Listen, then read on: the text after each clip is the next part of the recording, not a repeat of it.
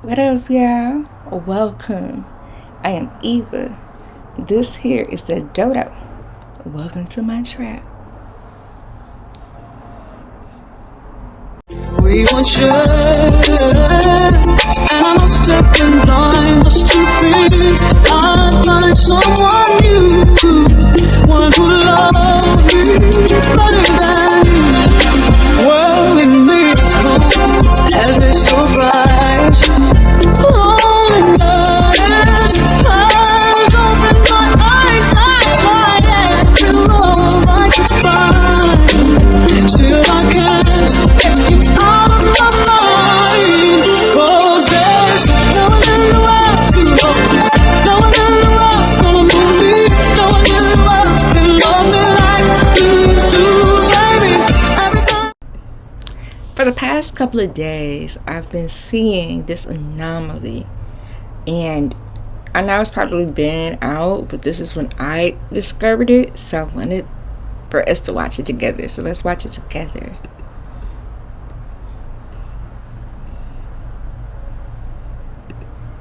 Civilization there, including some of the largest pyramids on Earth, right in Antarctica. He said he flew into an area that opened up at Antarctica, and he went into an area where it was lush and tropical almost. We have a new enemy that can fly from pole to pole with extreme speed. And he says they come and go as they please because nobody can stop them. There is a situation that began to happen during World War II where they discovered that the Nazis had went down to Antarctica and built a base down there, New Schwabenland.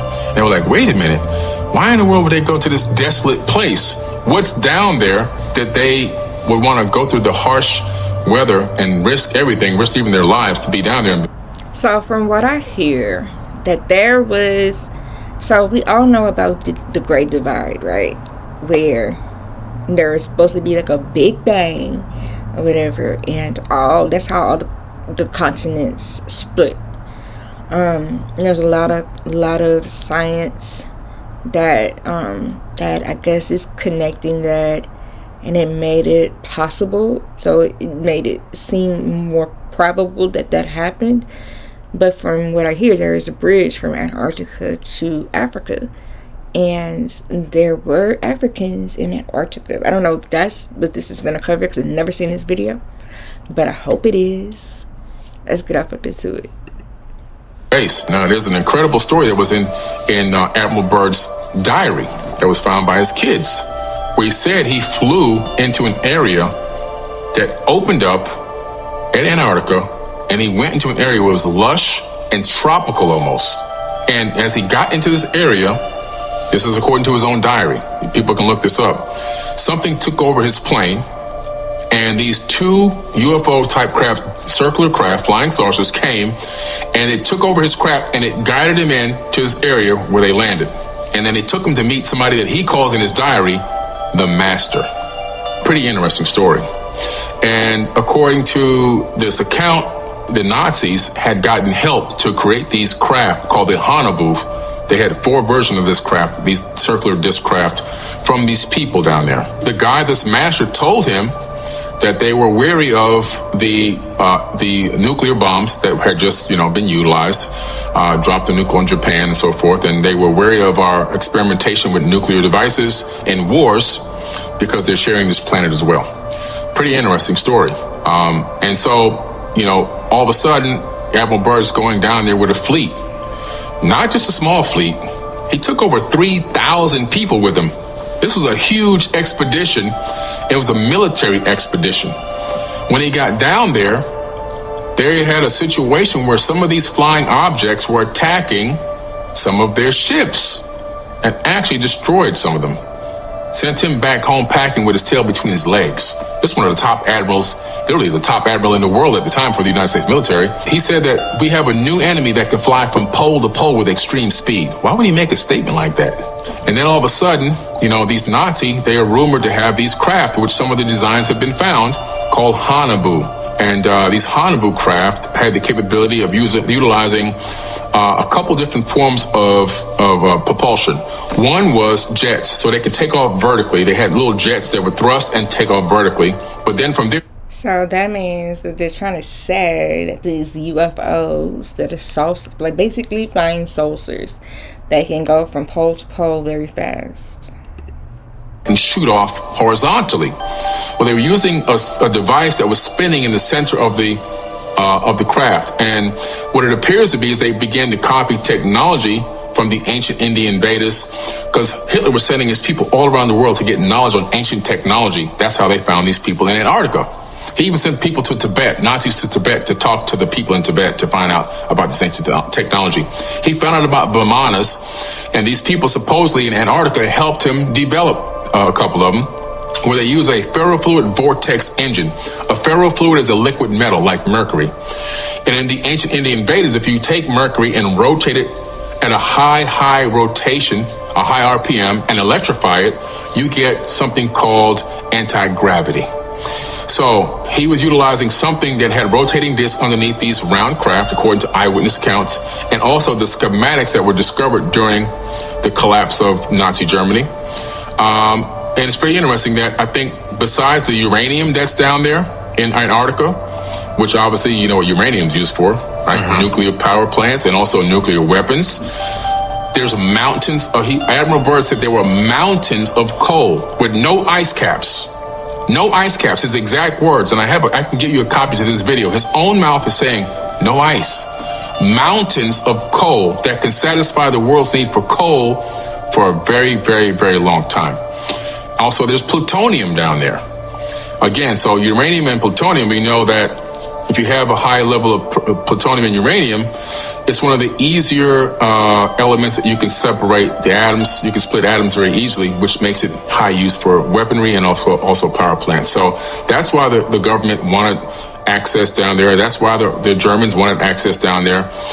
And that's why after Germany fell, we had Project Paperclip, where we took all the scientists from Germany that had learned all this wisdom and knowledge, and we brought them to America.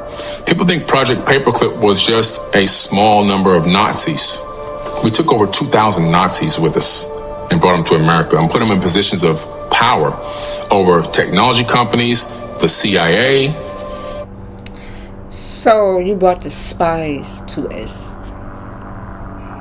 Like, think about it. Why would you want them to have advantage over us? You literally bringing Nazis to America, and you're putting them in position to be the space program at NASA and so forth and so on. And we began to develop these technologies. So in a weird kind of way, America became the Fourth Reich, to be honest with you. And I know that they were developing at the time Hanabu number 4, which supposedly Hitler never got killed. He escaped in Hanabu number 4 to Argentina, which is very, very close to where? Antarctica. If you look at Google Sky right now on the computer and look down on Antarctica, you'll find bases from research bases from every major country in the world there. And you'll also find the Rockefeller Foundation base as well.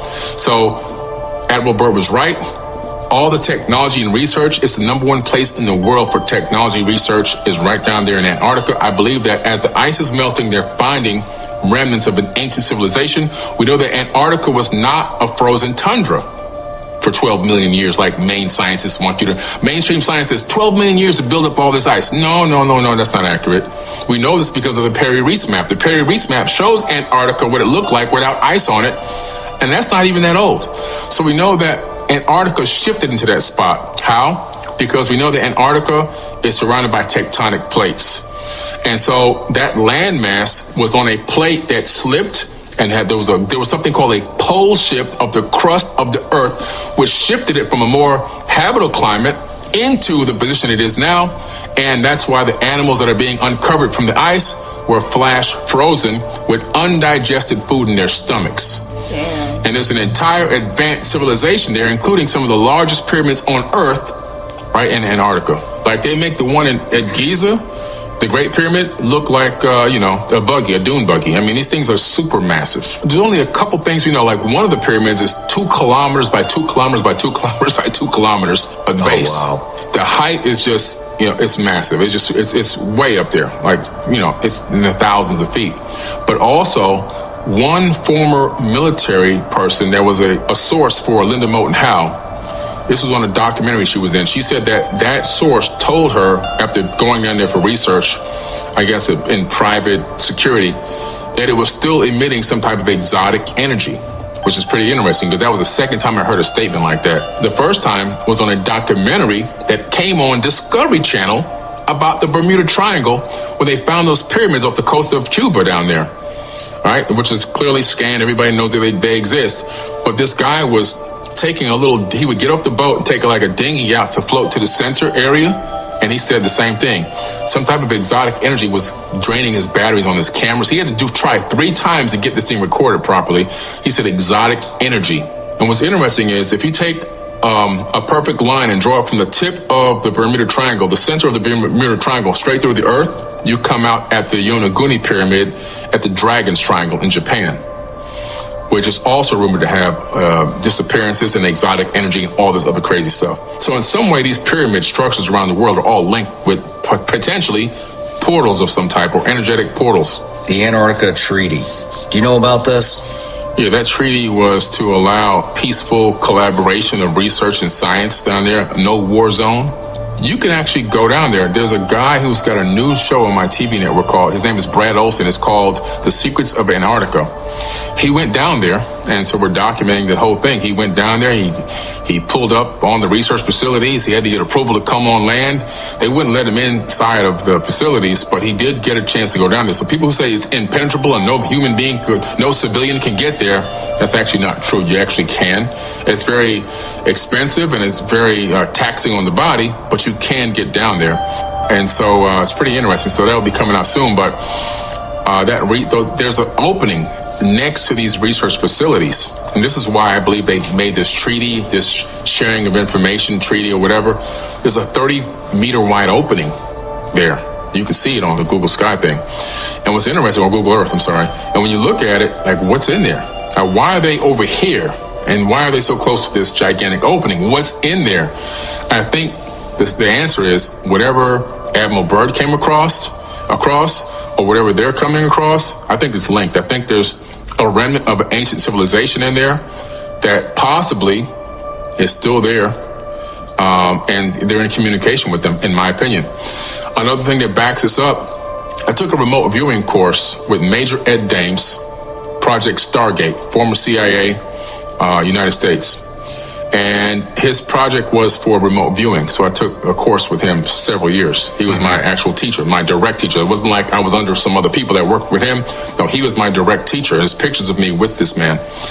And he told me that there's beings that have easy and free access to come and go as they please from Antarctica.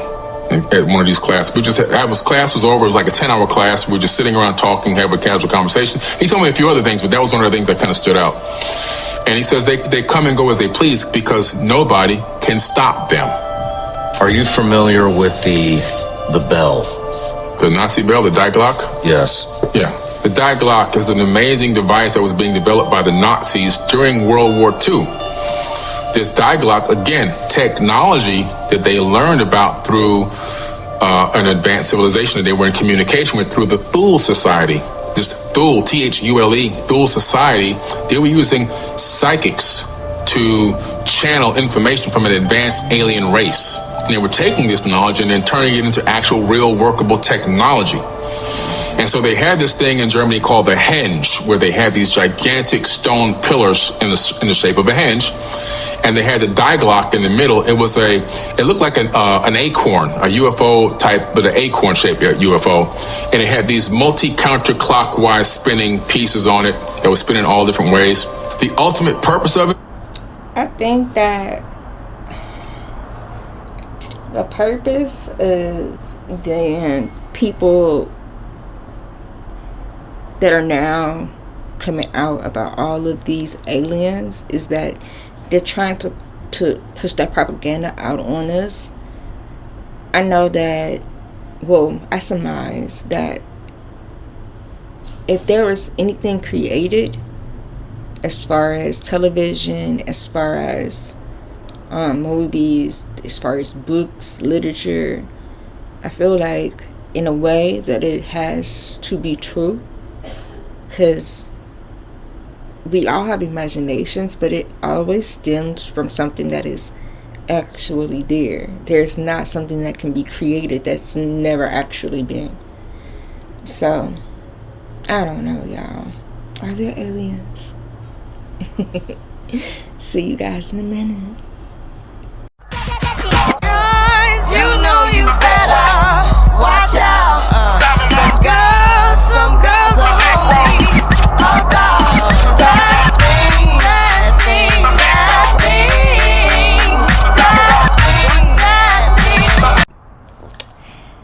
I hope that you enjoyed that reaction. Don't forget to like, share, and subscribe to the creator of that content if you enjoy viewing their content.